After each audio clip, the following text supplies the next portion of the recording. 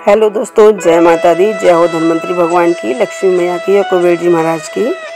आज मैं कहने जा रही हूँ धनतेरस की कथा। कार्तिक मास के कृष्ण पक्ष की त्रयोदशी तिथि को धनतेरस का पर्व मनाया जाता है। शास्त्रों के अनुसार इस तिथि को समुद्र मंथन के समय भगवान धन्वंतरी अमृत कलश लेकर प्रकट हुए थे। इस वजह से इस तिथि को धनतेरस या धनत्रयोदशी तिथि के नाम से जाना जाता है। भगवान धन्वंतरी के अलावा इस दिन माता लक्ष्मी, धन के देवता कुबेर और मृत्यु के देवता यमराज की भी पूजा की जाती है। इस दिन दीपावली का पर्व शुरू हो जाता है और इस दिन सोना, चांदी या नए बर्तन खरीदना बहुत शुभ माना जाता है। धनतेरस की पौराणिक कथा। जब किसान के घर ठहर गई माँ लक्ष्मी। आइए जानते हैं धनतेरस की कथा। जब किसान के घर लक्ष्मी माता ठहर गईं। कहा जाता है कि एक समय भगवान विष्णु मृत्यु लोक में विचरण करने के लिए आ रहे थे। तब लक्ष्मी जी ने भी उनसे साथ चलने का आग्रह किया। तब विष्णु जी ने कहा कि यदि मैं जो बात कहूँ तुम अगर वैसा ही मानो तो फिर चलो।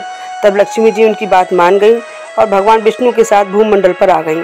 कुछ देर बाद एक जगह पर पहुंचकर भगवान विष्णु ने लक्ष्मी जी से कहा कि जब तक मैं ना आऊँ तुम यहाँ ठहरो।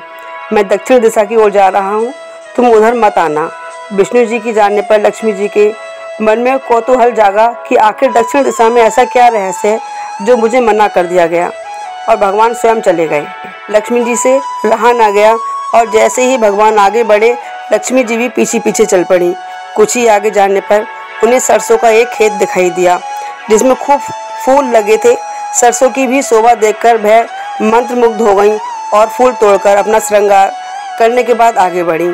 आगे जाने पर एक गन्ने के खेत से लक्ष्मी जी गन्ने तोड़कर रस चूसने लगी। उसी क्षण विष्णु जी आए और ये देख लक्ष्मी जी पर नाराज होकर उन्हें शाप दे दिया कि मैंने तुम्हें इधर आने को मना किया था पर तुम ना मानी और किसान की चोरी का अपराध कर बैठी।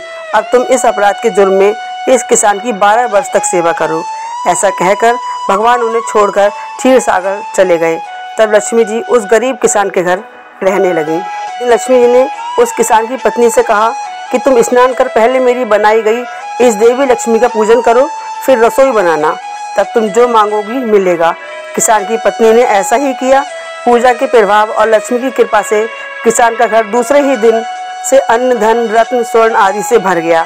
लक्ष्मी ने किसान को धन धान्य से पूर्ण कर दिया। किसान के 12 वर्ष बड़े आनंद से कट गए। फिर 12 वर्ष के बाद लक्ष्मी जी जाने के लिए तैयार हुई। लक्ष्मी जी को लेने आए तो किसान ने उन्हें भेजने से इनकार कर दिया।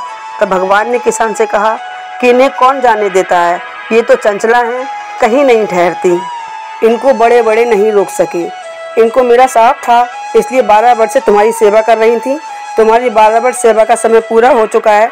किसान हठपूर्वक बोला कि नहीं, अब मैं लक्ष्मी जी को नहीं जाने दूंगा। लक्ष्मी जी ने कहा कि हे किसान, तुम मुझे रोकना चाहते हो तो जो मैं कहूँ वैसा करो।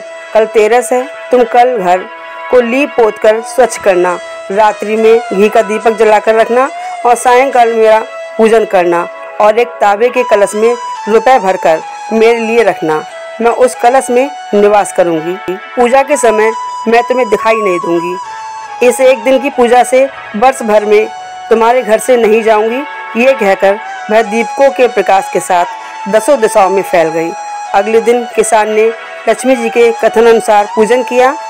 उसका घर धन धान्य से पूर्ण हो गया। इसी वजह से हर वर्ष तेरस के दिन लक्ष्मी जी की पूजा होने लगी। जय हो लक्ष्मी मैया की, जय हो धन्वंतरी भगवान की।